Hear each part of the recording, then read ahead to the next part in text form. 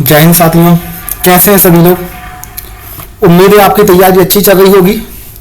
और इसी के साथ हम अगला टॉपिक स्टार्ट करते हैं। जैसा कि हम एमपी पुलिस में देख रहे हैं कि एडवांस मैथ्स का वेटेज ज़्यादा है, तो एडवांस मैथ्स की शुरुआत हम आज से करते हैं।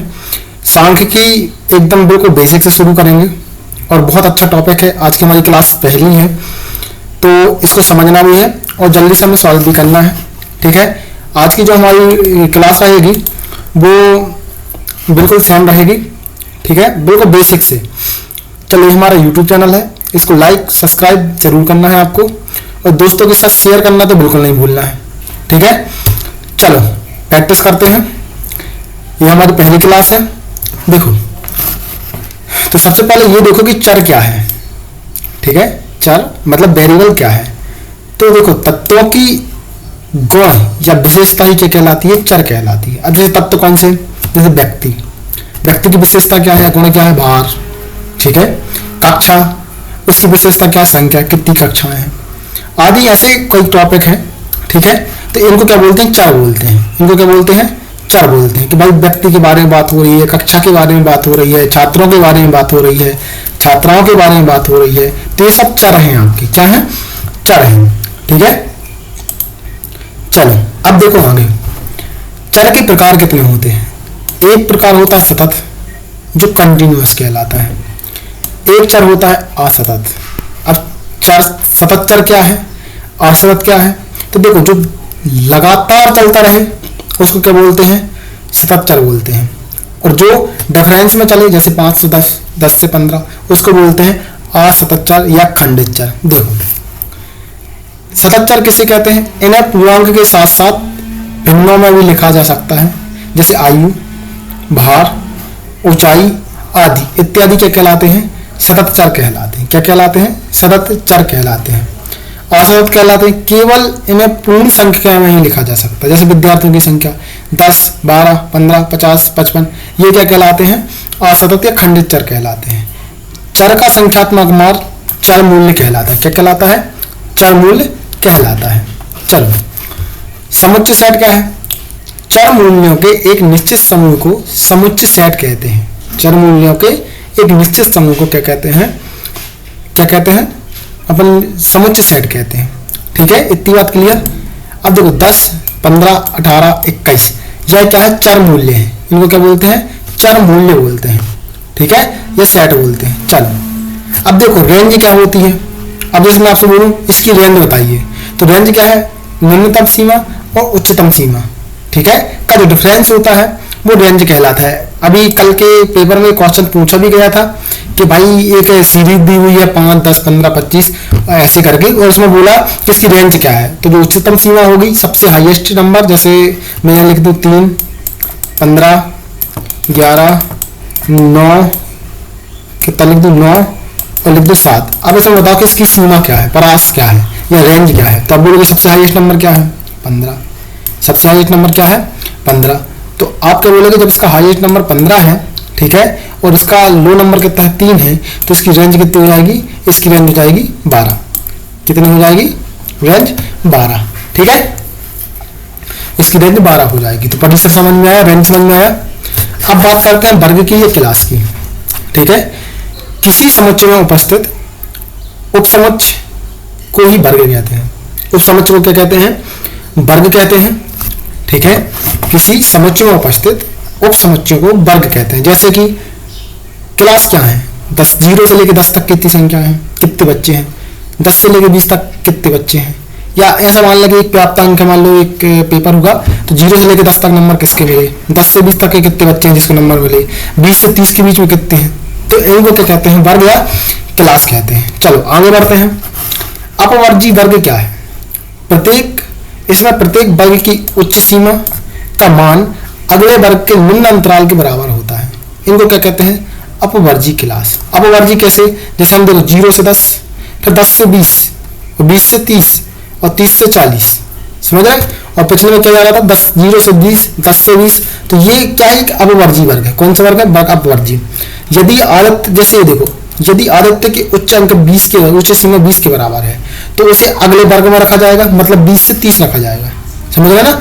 जैसे इस लाइन में है, आदित्य के कितने नंबर है, 20 नंबर, ठीक है। तो इसको इसमें 20 नहीं रखा जाएगा, इसमें रखा जाएगा, क्योंकि ये 20 से 30 है, इसमें 20 से कम वालों को रखा जाएगा, ठीक है। ये देखो, इसमें प्रत्येक वर्ग की उच्च सीमा का मान अगले वर्तमान में निम्न सीमा में क्या होता है, चेंज हो जाता है, ठीक है। जैसे आदित्य के 9 अंक है, तो ये इसी में आएगा, इसमें नहीं आएगा, क्योंकि ये यहाँ समाप्त हो रहा है, ठीक है। ऐसे को क्या कहते हैं, समावेशी वर्ग। आप कॉपी पेन हाथ में ले लें और इसको लिख लें, ठीक है। इसको लिखते जाएंगे तो बहुत बेस्ट रहेगा, आपका टाइम नहीं बचेगा दोबारा वीडियो देखने का, ठीक है। चलो आगे बढ़ते हैं। अब देखो समावेशी और अपवर्ती श्रेणी को कैसे बदलते हैं। जैसे इसके लिए हम निम्न सीमा में से 0.5 घटाते हैं और उच्च सीमा में 0.5 जोड़ते हैं। जैसे लिखा 0 से 9, 10 से 19, 20 से 29, 30, तो ये कौन सी स्थिति है, समावेशी। अपवर्जी क्या कहलाती है, इसको बदल दिया अपवर्जी में। इसमें से अगर हम 0.5 घटा लें, इसमें से क्या कर लें, घटा लें, ठीक है, और इसमें से जोड़ दें, तो देखो इसमें जोड़े तो कितना है 0.9, इसमें से घटाए और इसमें प्लस करें, ठीक है तो बराबर ही, कोई अंतर नहीं आएगा, 10 की 10 संख्या ही रहेंगी।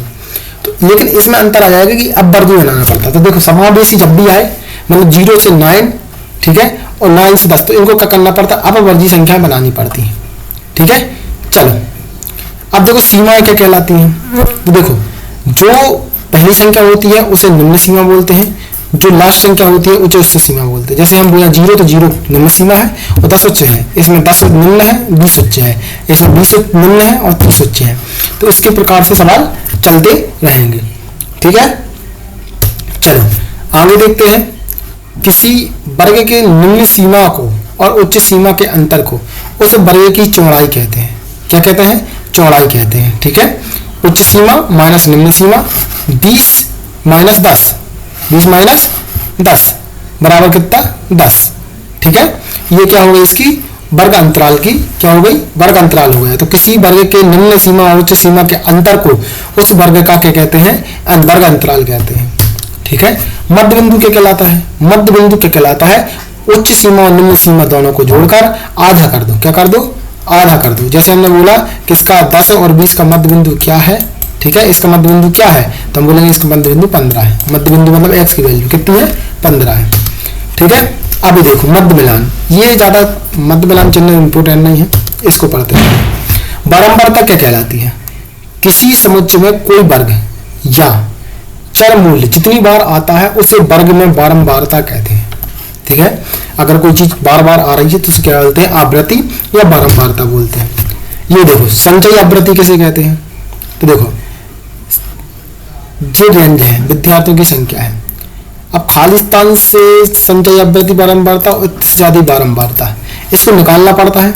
जब हम इसको आगे सवाल पढ़ेंगे तो इसको निकालेंगे। जैसे यहाँ लिखेंगे कितने, 5, ठीक है, तो यहाँ भी आ जाएगा कितना, 5, यहाँ 5 3 कितना हो जाएगा, 8, ठीक है, और ये 8 और 4 कितना हो जाएगा, 12, ठीक है, और 12 और 3 कितना हो जाएगा, 15, ठीक है, और 15 और 3 कितना हो जाएगा, 18।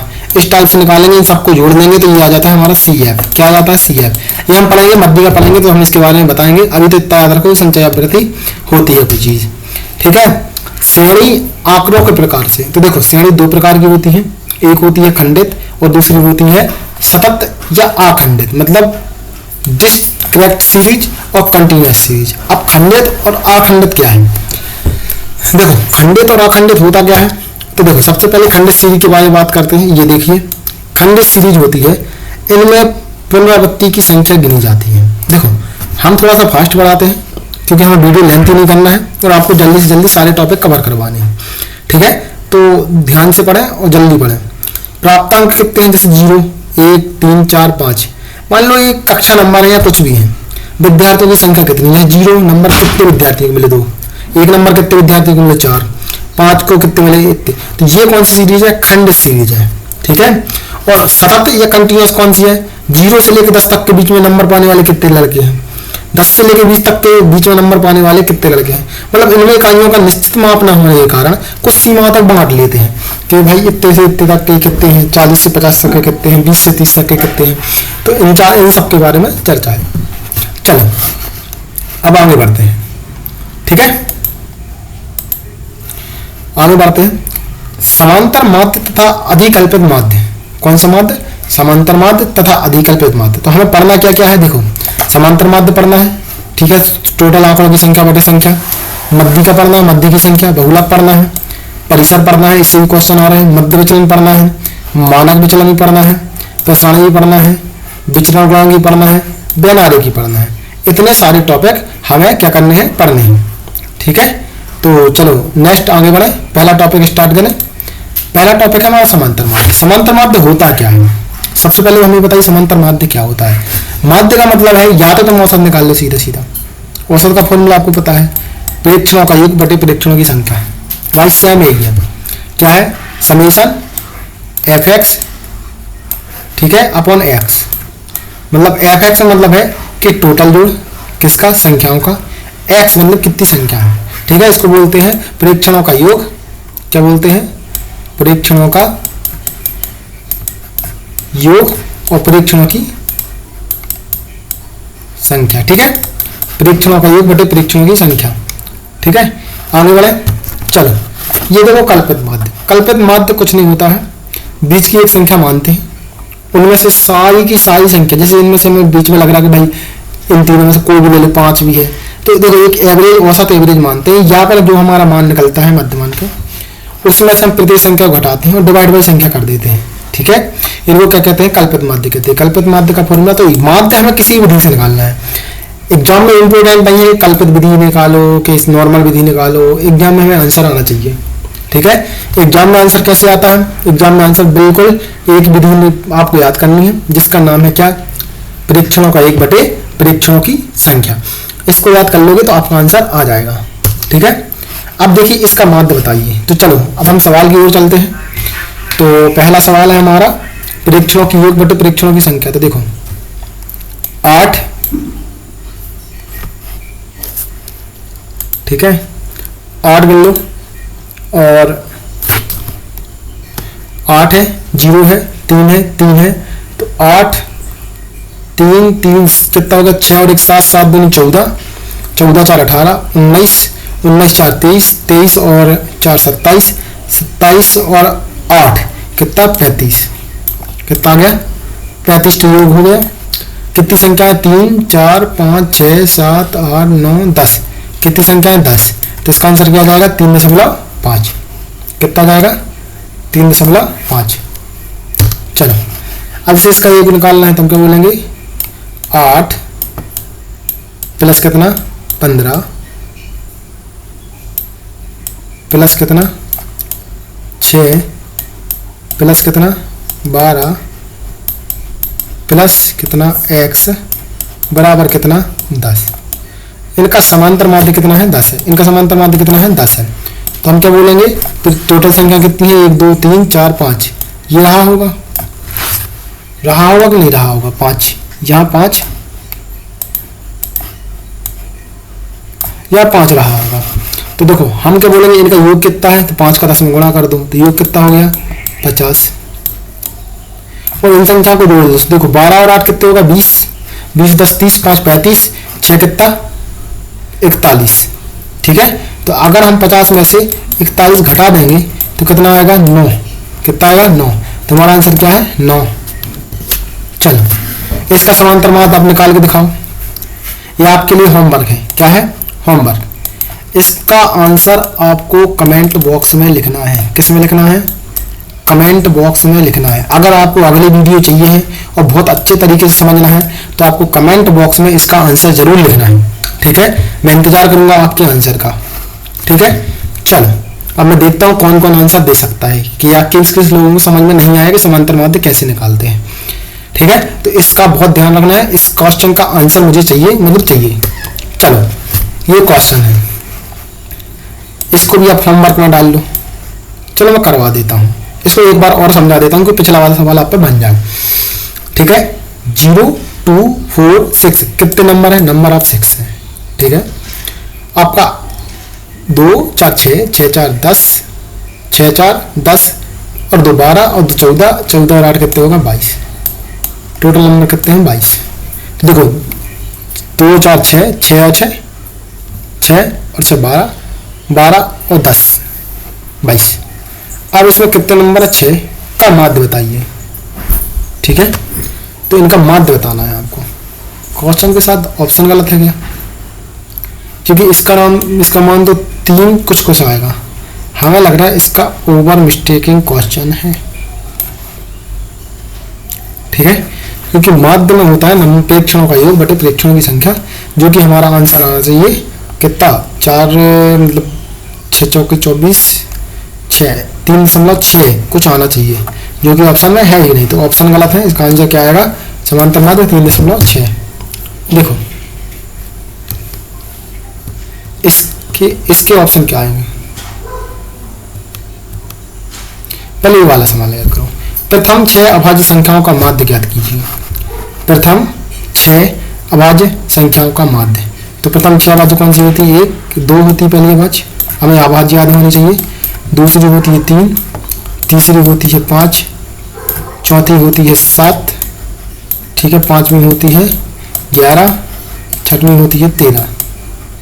तो 3 और 3 6 हो गई, 2 3 5 5 और 5 10 और 10 इससे ले लो तो 20 से 10 30 40 और 1 41, तुम्हारा कितना आ गया 41/6, ये आंसर है। ठीक है, अगला क्वेश्चन करना। 14 के सभी गुणनखंड का माध्य है। 14 के सभी गुणनखंडों का माध्य, 14 के सभी गुणनखंड, 14 के कितने गुणनखंड होते हैं 7 और 2, 7 दूनी 14 होते हैं, 7 दूनी कितने होते हैं 14। ठीक है, तो इनके गुणनखंडों का माध्य कितना है, तो देखो 7 2 कितने होगा 9 डिवाइड बाई 2, या 2 डिवाइड बाई 2 करें क्या, 14 के सभी गुणनखंडों का मान, सभी गुणनखंडों का, तो 14 का क्या क्या हो सकता है, 7 दूनी 14 हो सकते हैं। ठीक है, जब इनको जोड़ोगे तो 7 2 9 आएंगे। अच्छा, गुणनखंडों का माध्य 9 ही आएगा, क्योंकि 7 2 कितने होते हैं 9 होते हैं। चलो, इसका आंसर क्या है, 4 के पहले 2 अंकों वाले गुणकों का माध्य क्या है, 4 के पहले 5 अंकों वाले 2 अंकों वाले, 4 के पहले 2 अंकों वाले, तो 4 का पहला 2 अंक कौन सा है 2 12, फिर कौन सा है 16, फिर कौन सा है 20, फिर कौन सा है 25, फिर कौन सा है 28, नहीं 25 नहीं है 24, फिर कौन सा है 28। अब इन सबको जोड़ना है, 4 के पहले 5 2 अंकों वाले गुणकों का माध्य, तो इन सबको जोड़ना और 5 का भाग देना। क्या करना, 5 का भाग देना, तो इसका आंसर क्या आएगा देख लेना, इसका आंसर 20 आएगा लगभग, क्योंकि 8 यहाँ चला जाएगा। हाँ, इसका आंसर क्या आएगा 20 आएगा। ठीक है, चलो अगला क्वेश्चन। 18 16 इनके माध्य का 16 है, तो इसका होमवर्क आपको नोट करना, ये हमारा दूसरा क्वेश्चन है। इसको भी आपको कमेंट बॉक्स में जरूर बताना है, कमेंट क्या करना है, कमेंट करना है आपको। ठीक है, कमेंट करना है। ठीक है, कमेंट बॉक्स में भर आना चाहिए, और लाइक तो आपको करना ही करना है वीडियो को। ठीक है, आपको अगर अच्छी लगे तो ही लाइक करना। ठीक है, डाटा हम बहुत अच्छा आपको प्रोवाइड करवाते हैं। चलो इसको जोड़ो, 1/2 plus 1/2 plus 3/4 plus 1/4 plus 2 plus 1/2 plus 1/4 plus 3/4। तो देखो इन सब का एलसीएम चाल ले लो, सबसे पहले तो एलसीएम चाल ले लो। ठीक है, तो यहाँ क्या जाएगा 2 प्लस, यहाँ का जाएगा 2 प्लस, यहाँ 3 एकम 3 प्लस, यहाँ 4 से 4 कट जाएगा तो कितना जाएगा 1। ठीक है, प्लस यहाँ क्या जाएगा 2 का 4 दूनी 8। ठीक है, प्लस 2 एकम 2 प्लस 4 कट जाएगा 1 बचेगा प्लस 4 कट जाएगा 3 बचेगा। अब इन सबको जोड़ दो तो हमारा योग कितना आएगा 2 और 2 4, 4 3 7, 7 और 1 8, 8 और 8 16, 17 18 19 20 21 22 कितना जाएगा 22/4। ये हमारा योग है। ठीक है, तो हमें क्या करना है, जब हमारा योग है तो कितनी संख्या है 1 2 3 4 5 6 7 8, 8 संख्या है। डिवाइड बाई 8 करोगे तो भी यहाँ क्या आ जाएगा 8 आ जाएगा। ठीक है, तो देखो ये कट जाएगा तो 11 तो ऑप्शन में आना चाहिए, यहाँ 2 आना चाहिए। तो भाई 9 है क्या, 9 2 नहीं 18 आ रहा है, योग गलत आ रहा है। योग 2 2 4, अच्छा यहाँ मिस्टेक है।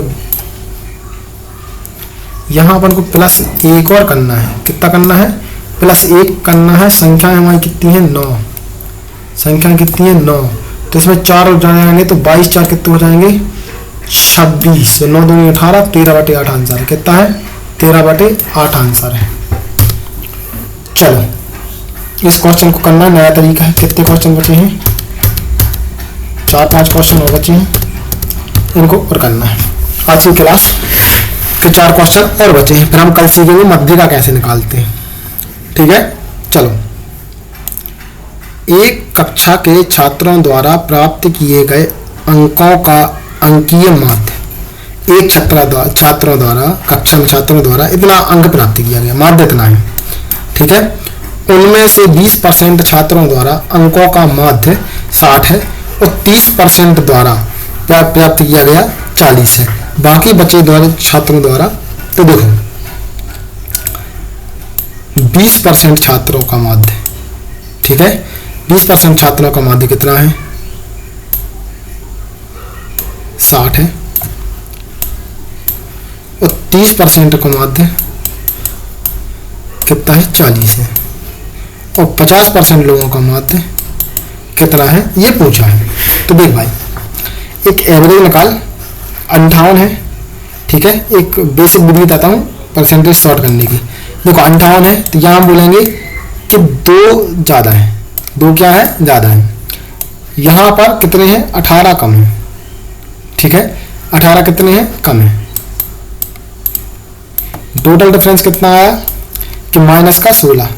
टोटल डिफरेंस कितना आया माइनस का 16। ठीक है, तो एक काम करो 30% व्यक्तियों का 40 है, इसका 60 है, इनका प्लस 58 अंक गणती है। एक कक्षा के छात्रों का टोटल अंक गणती मान 58 है। ठीक है, तो यहाँ 2 कम है, यहाँ 18 ज़्यादा है कम है, यहाँ इसका आंसर गया माइनस के 16। ठीक है, अब जो 50% छात्र हैं 50% छात्र, ठीक है, तो अगर हम इनमें, ठीक है, कितने का डिफरेंस आ रहा है, रुको इसको अगली विधि से करो, इस विधि से आंसर आ नहीं रहा है। ठीक है, 2 मिनट रुको, देखो इसको अगली विधि से करो। देखो 58 छात्र हैं, कुछ एक कक्षा के छात्रों द्वारा प्राप्त किए गए अंकों का माध्य। तो मान लो कक्षा में 100 छात्र हैं, कितने छात्र हैं 100, तो इनका योग कितना हो गया 5800। कितना हो गया 5800। ठीक है, अगर 20% की बात हो रही है तो 20 छात्र का कितना है, ठीक है 20 छात्रों का कितना है 6 दूनी 1200। ठीक है, और 30 छात्रों का कितना है 4 3 1200, इनका ही 1200 है 30 छात्रों का। अब हमें निकालना है कि बाकी बचे कौन, तो 0 से 0, 0 से 0, 8 में से 2 और 2 4 गए तो 4 बचे। ठीक है, 2 8 में 2 का 34, 34 में हम 50 का भाग देंगे तो 0 का 0 कितना आ जाएगा 0 का 0, 5 का भाग दो तो 5 छक्के 30। ठीक है, 5 अट्ठे 40, 68 आ रहा है। कितना आ रहा है 68। हाँ यार हमारा आ तो रहा था, कितना आ रहा था -18 कम रहे थे, अगर हम 18 जोड़ते तो भी हमारा कितना आ जाता, 68 आ जाता। चलो अगला क्वेश्चन, इसको निकालो, इसको सॉल्व करते हैं। तो देखो x प्लस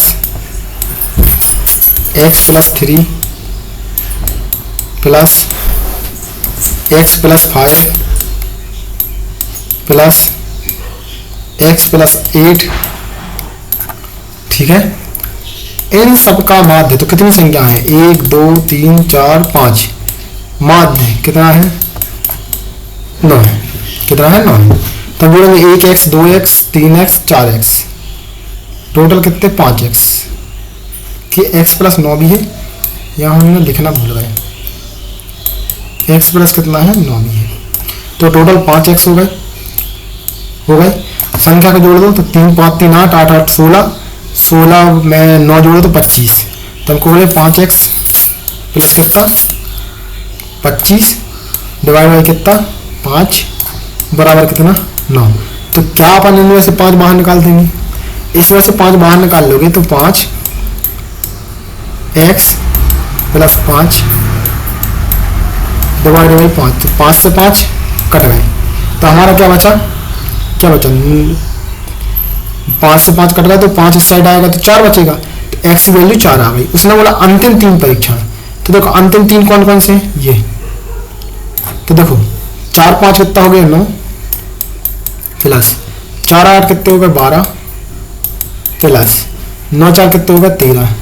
जब इनको जोड़ोगे तो कितना आएगा, 3 जोड़ दो 2 इसमें दे दो तो 15 15 10 25 25 और 9 कितने हो गए 34।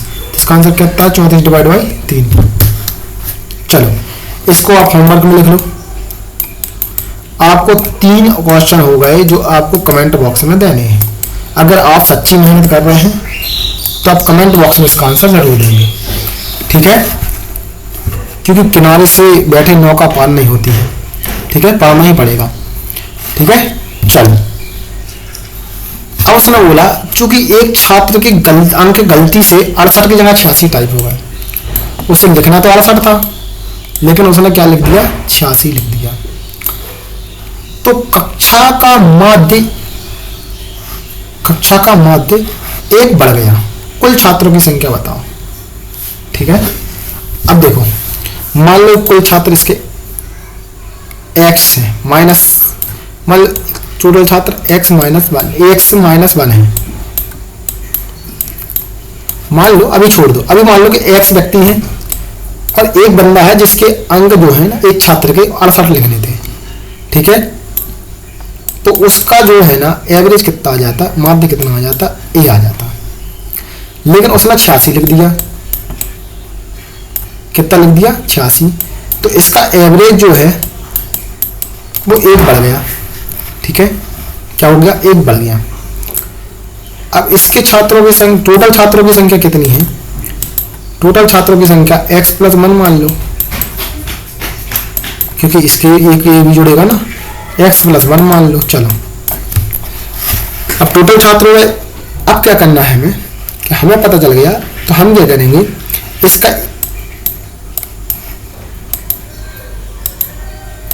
इसके साथ क्या करेंगे x प्लस 1 का गुणा करेंगे और इसके साथ भी x प्लस 1 का गुणा कर देंगे, तो सीधे फॉर्मूला बन जाएगा। अब दोनों पक्षों को ऊपर कर दो, घटा दो, क्या कर दो घटा दो। तो हम क्या बोलेंगे कि x से x से तो खत्म हो गए, इन दोनों का डिफरेंस कितने का है, तो हम बोलेंगे भाई 2 70 18 का डिफरेंस है। कितने का डिफरेंस है 18 का डिफरेंस है बराबर, ठीक है। इसको तो कॉमन रखो, साथ में लेके चलो है। a में से 1 गए तो ये खत्म, यहाँ बचेगा केवल 1। तो हम बोलेंगे x प्लस 1 की वैल्यू 18 है, ठीक है। x प्लस 1 की वैल्यू कितनी है 18 है। तो छात्रों की कुल संख्या कितनी है, छात्रों की कुल संख्या 36 है। चल ये क्वेश्चन है, आंकड़े इतने इतने दिए हैं, 2x, शायद 2-3 क्वेश्चन मिक्स होगा क्या, नहीं, 2x 7 3 y 9 6 का माध्य 6 है, जहां x और y नियतांक है, ठीक है, छोड़ दो। यदि x को 3 प्लस एक्स वाई को 5 के द्वारा प्रतिस्थापित दिया जाए तो देखो छोटे छोटे अक्षरों में करना पड़ेगा। 2 plus x plus 7 plus 3 plus y plus 9 plus 6 कितनी संख्या है? 1 2 3 4 5 6 6 संख्या है। डिवाइड बाई माध्य कितना 6 तो इसको हम 36 लिख सकते हैं। इसको हम क्या लिख देंगे? 36 लिख देंगे। ठीक है, इन सब का योग कितना 36 है। लेकिन अगर हम x की जगह पे 3x प्लस 1, ठीक है, और y की जगह पे y प्लस 3 लिख दें तो माध्य बढ़ जाता है। कितना बढ़ जाता है?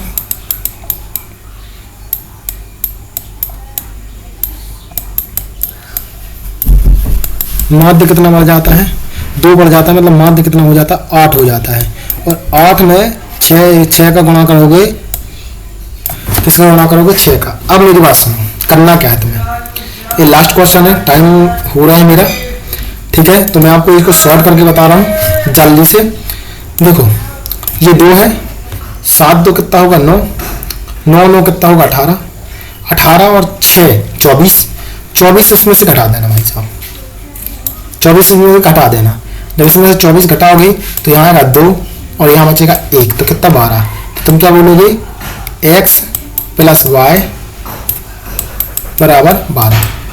अब यहाँ देखो 2 है, 3x प्लस 1 है, y की वैल्यू करना, y प्लस 3 रख दी, 7 3 6 9। तो देखो इन सबको जोड़ दो, 6 9 9 6 15 15 और 10 15 और 10 25 25 और 2 क्या बोलेंगे? 27।